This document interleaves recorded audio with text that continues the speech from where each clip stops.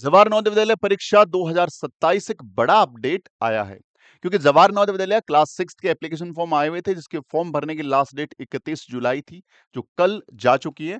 और अब एक बड़ा अपडेट आपको साइट पे देखने को मिल रहा है कि इसकी एप्लीकेशन फॉर्म भरने की लास्ट डेट को इंक्रीज कर दिया गया है। अब जो बच्चे फॉर्म नहीं भर पाएंगे वो बच्चे फॉर्म भर सकते हैं और ये नई डेट जो होगी वो 7 अगस्त हो गई। कहाँ पे ये डेट शो हो रही है और क्या इसके अंदर हम लोग अभी एप्लीकेशन फॉर्म भर सकते हैं और कहाँ से फॉर्म भरना पड़ेगा? तो मैं आपको डायरेक्ट लेके चलता हूँ जवाहर नवोदय विद्यालय की साइट के ऊपर जहाँ ये अपडेट आपको देखने को मिलेगा। आपको गूगल पे टाइप करना है जेएनवी और जैसे ही जेएनवी टाइप करके सर्च करोगे तो पहला जो लिंक खुलता है वही जवाहर नवोदय विद्यालय परीक्षा का है।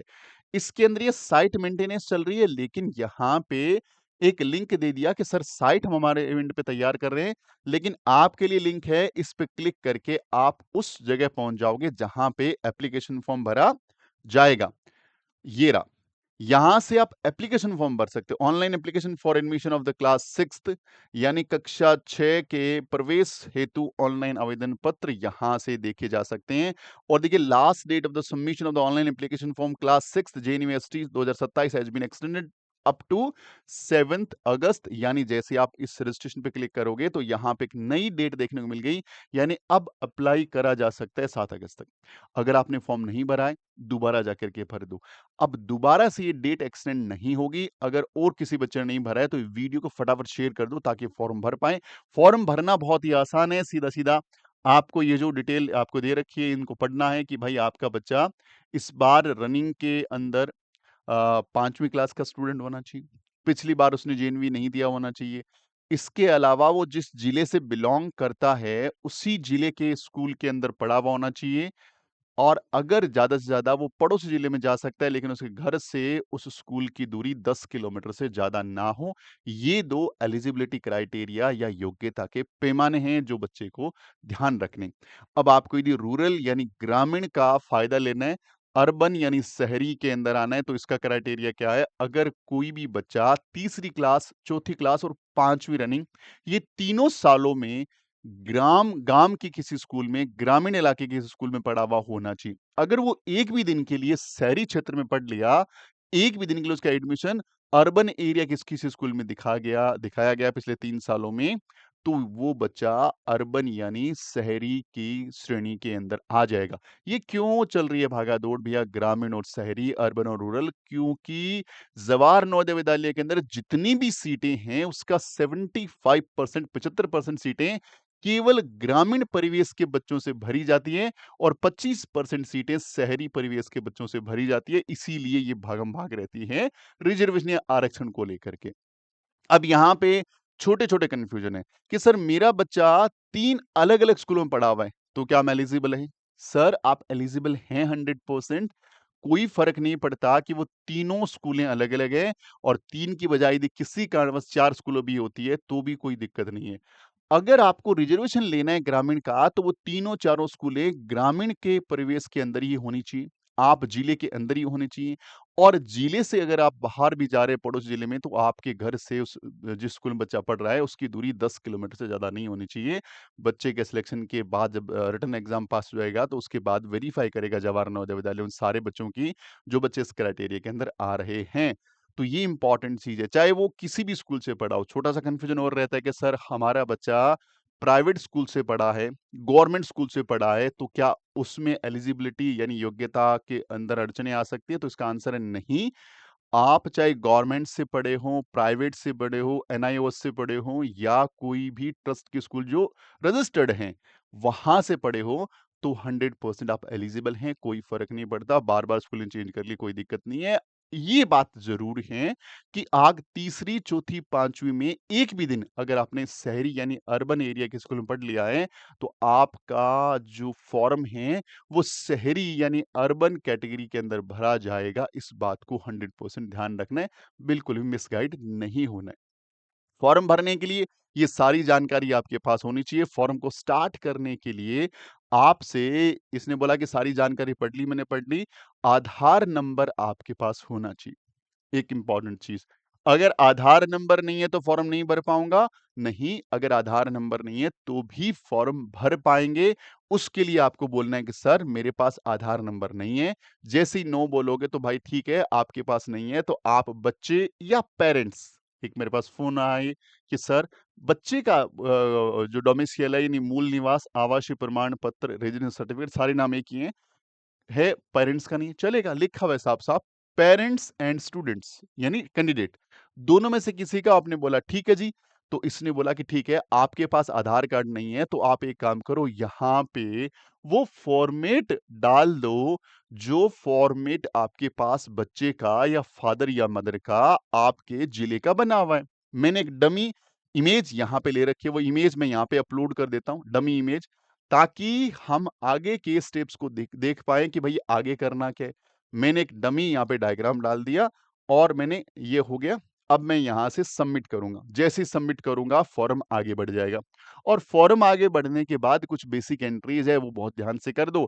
यहाँ पे बच्चे का नाम है, पापा का नाम है, बच्चे की डेट ऑफ बर्थ है, बच्चे का जेंडर है, मोबाइल नंबर है, ईमेल आईडी है, और अगर विकलांगता है, डिसेबिलिटी है तो यहाँ से चूज करना है, और है तो कितना परसेंट है, 40% से ऊपर है या नीचे।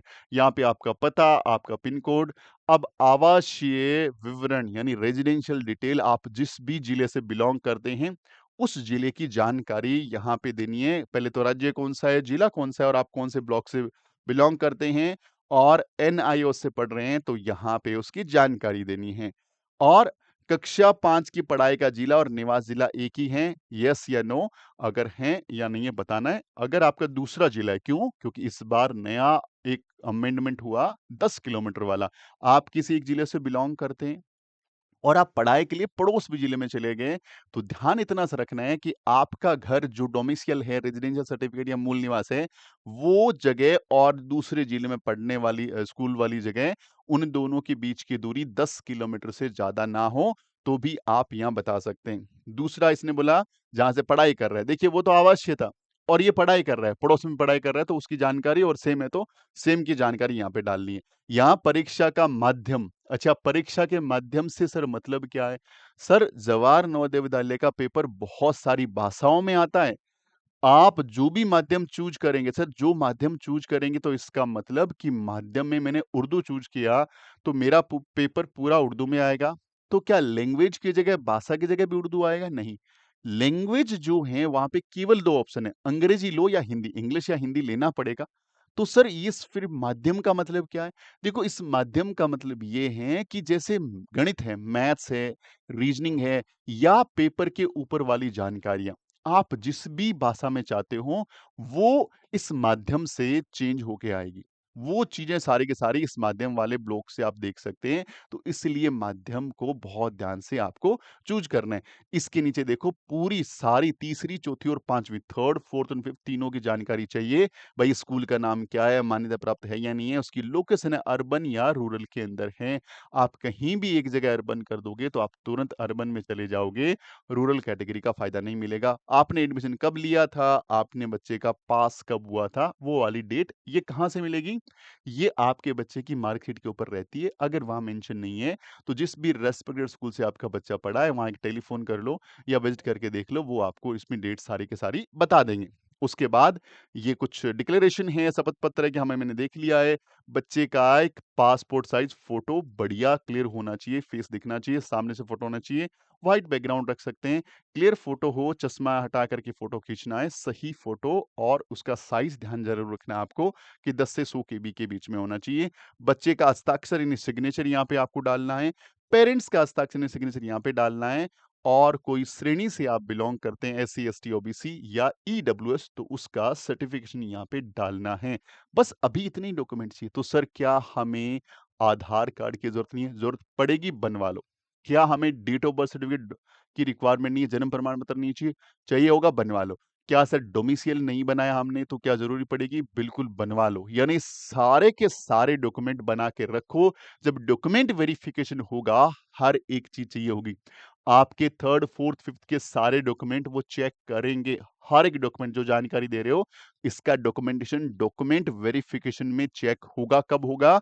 फॉर्म भर दो, पेपर दे लो, बच्चा पास हुआ तो उसके बाद आपको बुलाएँगे सारे के सारे कागज़ लेकर के। तो हर एक चीज़ की प्रॉपर जानकारी सही ढंग से दें, ताकि बाद में दिक्कतें ना आए। कई सारे बच्चे बहुत बढ़िया से तैयारी करते हैं, पेपर पास करते हैं, मेरिट में आते हैं, लेकिन डॉक्यूमेंट वेरिफिकेशन में बाहर हो जाते हैं। सिर्फ़ यहाँ पे कुछ गलतियाँ करने पे। अब कई बच्चों के फ़ोन मैसेज आते हैं कि सर, हमने फ़ॉर्म में कई सारी गलतियाँ कर दी, तो क्या हो सकता है? इसके 2 रास्ते हैं। पहला रास्ता है कि अब ये जब ये फ़ॉर्म भरने की लास्ट डेट यानी 7 अगस्त चली जाएगी, तो उसके बाद एक करेक्शन विंडो संशोधन खिड़की खुलेगी। उसके अंदर कुछ चीज़ें चेंज हो जाएगी, सारी चीज़ें चेंज नहीं होगी। बाकी सारी चीज़ें आपको चेंज करनी है, तो देखिए यहाँ पे इसके प्रोस्पेक्टस में, इसकी विवरणिका में ऐसा कोई जानकारी अवेलेबल है नहीं, तो आप अपने रिस्पेक्टेड जेएनवी में कॉन्टैक्ट करें। आप जिस भी जिले से बिलॉन्ग करते हैं, वहाँ की जेएनवी में कॉन्टैक्ट करें। वो जवाहर नवोदय विद्यालय के जो प्रिंसिपल सर है या फिर वहाँ पे जो टीचर्स हैं, वो आपको इसका कोई रास्ता बता सकते हैं, क्योंकि विवरणिका में ऐसी कोई जानकारी यहाँ पे दी गई नहीं है। बाकी किसी भी जानकारी के लिए डैशबोर्ड नंबर है, यहाँ पे अपना मैसेज टाइप करके भेजना है, या इस वीडियो के जो कमेंट बॉक्स है, वहाँ पे डालिए। हम हर कमेंट का कोशिश करते हैं टाइमली रिप्लाई करने का। मिलते हैं अगले वीडियो में, तब तक अपना ख्याल रखें। जय हिंद, जय भारत, वंदे मातरम।